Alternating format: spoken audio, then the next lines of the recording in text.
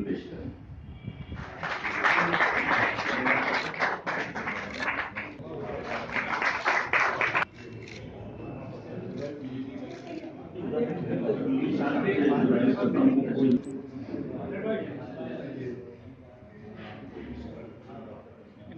अदब से फिल्म तक के बारे में मैं कह सकता हूँ कि मुझे पूरा एक साल लगा था उसमें, जिसमें 144 अदबी शख्सियात जिन्होंने बाद में जो है फिल्मों में मशहूरियत अख्तियार की, उनकी सारी ज़िंदगी के कवायद उसमें शामिल हैं।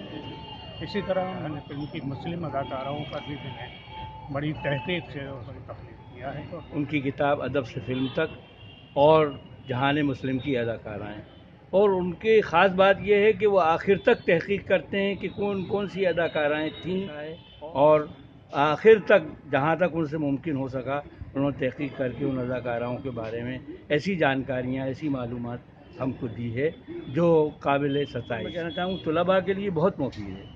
अगर वो फिल्म पर कोई काम कर रहे हैं या किसी अदीब पर काम कर रहे हैं तो इससे उनको बहुत मदद